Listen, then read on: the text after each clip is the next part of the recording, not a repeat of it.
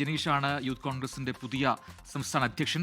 അതിൽ നേരത്തെ ഉയർന്നു കേട്ട പേരുകളൊന്നും തന്നെ പരിഗണിച്ചിട്ടില്ല എന്നാണ് മനസ്സിലാക്കുന്നത്. സാമുദായിക സമവാക്യം അതുമായി ബന്ധപ്പെട്ടാണ് ഇത്തരത്തിലൊരു തീരുമാനത്തിലേക്ക് വന്നത് എന്നാണ് നമുക്ക് ലഭിക്കുന്ന വിവരങ്ങൾ. പക്ഷേ കൃത്യമായി അതെന്താണ് എന്നൊക്കെ ഇനി നേതാക്കൾ തന്നെ പറയേണ്ടിയിരിക്കുന്നു. പക്ഷേ ഇപ്പോഴും പ്രതികരണവുമായി രംഗത്തെത്തിയിട്ടില്ല ഈ ഇപ്പോൾ തെരഞ്ഞെടുക്കപ്പെട്ട ഒ ജെ ജനീഷും ഒപ്പം തന്നെ നേരത്തെ പറഞ്ഞു കേട്ട പേരുകാരിൽ ഒരാളായ അബിൻ വർക്കിയും കെ എം അഭിജിത്ത് ഒന്നും തന്നെ പ്രതികരണവുമായി രംഗത്തെത്തിയിട്ടില്ല എന്നതും ഈ ഘട്ടത്തിൽ ശ്രദ്ധേയമാവുകയാണ്. സലീം മാലിക് തുടരുന്നുണ്ട്. സലീം, ഇനിയിപ്പോൾ യൂത്ത് കോൺഗ്രസിന്റെ ഈ നേതൃതലത്തിലേക്ക് വന്നു കഴിഞ്ഞാൽ കഴിഞ്ഞ കുറെ നാളുകളായി യൂത്ത് കോൺഗ്രസിന് പാർട്ടിക്കുള്ളിൽ നിന്ന് കോൺഗ്രസിനുള്ളിൽ നിന്ന് തന്നെ പല വിമർശനങ്ങളും നേരിടേണ്ടി വന്നു. കൃത്യമായി ചില വിഷയങ്ങൾ എടുത്തുകൊണ്ട് അതിനെതിരെ പ്രതിഷേധം സംഘടിപ്പിക്കാനൊന്നും യൂത്ത് കോൺഗ്രസ് തയ്യാറായില്ല. അത് വീഴ്ചയാന്നൊക്കെയുള്ള വിലയിരുത്തൽ പല കോണുകളിൽ നിന്നും ഉയർന്നിരുന്നു കോൺഗ്രസിനകത്ത് തന്നെ. പക്ഷേ പിന്നീട് നമ്മൾ കണ്ടു ഇപ്പോൾ ഈ പറയുന്ന ഏറ്റവും ഒടുവിൽ ഈ സ്വർണ്ണപ്പാളി വിഷയവുമായി ബന്ധപ്പെട്ട് യൂത്ത് കോൺഗ്രസ് തുടർച്ചയായി സമരമുഖത്തുണ്ട്.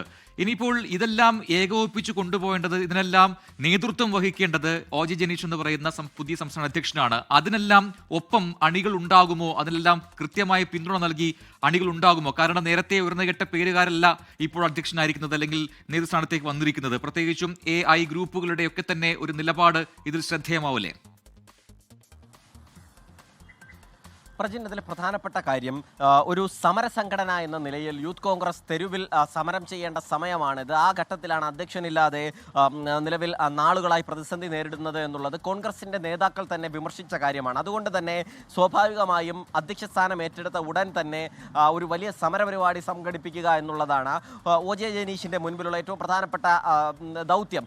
ഈ യൂത്ത് കോൺഗ്രസിൻ്റെ പുതിയ സംസ്ഥാന കമ്മിറ്റി നിലവിൽ വന്ന ഘട്ടത്തിൽ രാഹുൽ മാങ്കൂട്ടത്തിൽ അധ്യക്ഷനായതിന് തൊട്ടു പിന്നാലെ തന്നെ തിരുവനന്തപുരത്ത് സെക്രട്ടേറിയറ്റിലേക്ക് സർക്കാരിനെതിരെ ഒരു മാർച്ച് സംഘടിപ്പിച്ചിരുന്നു. സമീപകാലത്ത് തിരുവനന്തപുരം കണ്ട ഏറ്റവും ശക്തമായ ഒരു മാർച്ചായിരുന്നു. ഒരു ദിവസം മുഴുവൻ നീണ്ടു നിൽക്കുന്ന, രാവിലെ തുടങ്ങി വൈകുന്നേരം വരെയും നീണ്ടു നിൽക്കുന്ന തിരുവനന്തപുരം നഗരത്തെ ഒരു അക്ഷരാർത്ഥത്തിൽ ഒരു യുദ്ധഭൂമിയാക്കി മാറ്റിയ സമരമായിരുന്നു അന്നുണ്ടായിരുന്നത്. അങ്ങനെ ഒരു ഇൻട്രൊഡക്ഷൻ ഒ ജെ ജനീഷിന് ഉണ്ടാകുമോ എന്നുള്ളത് കണ്ടറിയേണ്ടിയിരിക്കുന്നു. കാരണം സംസ്ഥാന കമ്മിറ്റിയുടെ അന്നത്തെ ആദ്യ പരിപാടിയിൽ വലിയ പ്രവർത്തക പങ്കാളിത്തം ഉണ്ടായിരുന്നു. അതിനു പിന്നാലെ സെക്രട്ടേറിയറ്റിലേക്കും അവിടെ നിന്ന് DCC-യിലേക്കും ഒക്കെ വ്യാപിച്ച ഒരു സമരം ഉണ്ടായിരുന്നു. അത് അന്ന് രാഹുൽ മാങ്കൂട്ടത്തിനൊപ്പം ഉണ്ടായിരുന്ന അണികളുടെ കൂടി കരുത്തായിരുന്നു. ഈ ഘട്ടത്തിൽ ഒ ജെ ജനീഷിന് ആ നിലയിൽ ആളുകളെ സംഘടിപ്പിക്കാൻ കഴിയുമോ എന്നുള്ള കാര്യമാണ് ഉറ്റുനോക്കുന്നത്. പ്രധാനമായും ഒ ജെ ജനീഷ് മാത്രം വിചാരിച്ചാൽ അങ്ങനെ ആളെത്തില്ല. അബിൻ വർക്കിയുടെ പിന്തുണ അതുമായി ബന്ധപ്പെട്ട് വേണം. കാരണം യൂത്ത് കോൺഗ്രസിനുള്ളിൽ തന്നെ വലിയ നിലയിൽ പിന്തുണയുള്ള നേതാവാണ് അബിൻ വർക്കി. അബിൻ വർക്കിക്ക് ആളുകളെ സംഘടിപ്പിക്കാൻ കഴിയും. അതുകൊണ്ട് തന്നെ അബിൻ വർക്കിയുടെ കൂടി പിന്തുണയോടുകൂടി മാത്രമേ സംഘടനയെ മുന്നോട്ട് നയിക്കാൻ കഴിയൂ എന്ന് ഒ ജെ ജനീഷും കരുതുന്നുണ്ട്. അതുകൊണ്ട് തന്നെ വലിയ പൊട്ടിത്തെറികളില്ലാതെ തന്നെ പരസ്പര ധാരണയോടുകൂടി സമരങ്ങളിലേക്ക് കടക്കാൻ കഴിയുമോ എന്നുള്ളത് തന്നെയാണ് ഏറ്റവും പ്രധാനപ്പെട്ട കാര്യം. പ്രത്യേകിച്ചും തദ്ദേശ തെരഞ്ഞെടുപ്പ് മുന്നിൽ വന്ന് നിൽക്കുന്നു, നിയമസഭാ തെരഞ്ഞെടുപ്പ് മുന്നിൽ വന്ന് നിൽക്കുന്നു. അതുകൊണ്ട് തന്നെ ഏതെങ്കിലും ഘട്ടത്തിൽ ഒരു എതിർപ്പുണ്ടെങ്കിൽ പോലും ഒരു പരസ്യ പ്രതികരണം അബിൻ വർക്കി നടത്തുമോ എന്ന് അറിയില്ല. അബിൻ വർക്കി ആ നിലയിൽ ഒരു പ്രതികരണം നടത്തില്ല എന്നാണ് നേതാക്കൾ കണക്ക് കൂട്ടുന്നത്. പ്രത്യേകിച്ചും നിയമസഭാ തെരഞ്ഞെടുപ്പിൽ ഉൾപ്പെടെ അബിൻ വർക്കി കണ്ണുവെക്കുന്ന നിയമസഭാ സീറ്റുണ്ട്. ആ സീറ്റുകൾ ഉൾപ്പെടെ ലഭിക്കുന്നത് കൊണ്ട് തന്നെ അച്ചടക്കമുള്ള പാർട്ടി പ്രവർത്തകനായി അബിൻ വർക്കി മിണ്ടാതെ പാർട്ടിക്കൊപ്പം തന്നെ പാർട്ടി നിലപാടിനൊപ്പം പോകുമോ എന്നുള്ളത് ശ്രദ്ധേയമാണ്. അങ്ങനെയെങ്കിൽ യൂത്ത് കോൺഗ്രസിൽ എന്താണ് സംഭവിക്കുക എന്നുള്ളത് അടുത്ത മണിക്കൂറുകളിലുള്ള പ്രതികരണങ്ങൾ തന്നെ മനസ്സിലാവുകയും ചെയ്യും. പ്രത്യേകിച്ചും യൂത്ത് കോൺഗ്രസിന്റെ കാര്യമാകുമ്പോൾ ഈ പ്രതിഷേധമുണ്ടെങ്കിൽ തന്നെ വളരെ പെട്ടെന്ന് തന്നെ ആ പ്രതിഷേധം സമൂഹ മാധ്യമങ്ങളിൽ ഉൾപ്പെടെ പുറത്തു വരികയും ചെയ്യും. അതുകൊണ്ട് ഒരു പൊട്ടിത്തെറി യൂത്ത് കോൺഗ്രസിൽ ഉണ്ടാകുമോ എന്ന് നമുക്ക് ഒട്ടും വൈകാതെ തന്നെ അറിയാൻ കഴിയുകയും ചെയ്യും. സ്വർണ്ണപ്പാളി വിവാദം ഉൾപ്പെടെ വിവിധ വിഷയങ്ങൾ സമരം ചെയ്യാനായി നിലവിൽ യൂത്ത് കോൺഗ്രസിന്റെ സംസ്ഥാന കമ്മിറ്റിക്ക് മുൻപിലുണ്ട്. ഒപ്പം തന്നെ ഷാഫി പറമ്പിൽ MBയെ മർദ്ദിച്ചതുമായി ബന്ധപ്പെട്ട വിഷയമുണ്ട്. അതൊക്കെ യൂത്ത് കോൺഗ്രസിന്റെ നിലവിലുള്ള അതത് ജില്ലാ കമ്മിറ്റികളോ അതല്ലെങ്കിൽ മണ്ഡലം തലങ്ങളിലോ ബ്ലോക്ക് തലങ്ങളിലോ ആയിരുന്നു കഴിഞ്ഞ ദിവസങ്ങളിലൊക്കെ സമരങ്ങളായി നടന്നത്. അതിനപ്പുറത്തേക്ക് ഒരു സംഘടനാ സ്വഭാവത്തിൽ ഒരു സംസ്ഥാന കമ്മിറ്റി തന്നെ ആഹ്വാനം ചെയ്തൊരു സമരം അത് യൂത്ത് കോൺഗ്രസിൻ്റെതായി നാളുകളായി കണ്ടിട്ടില്ല.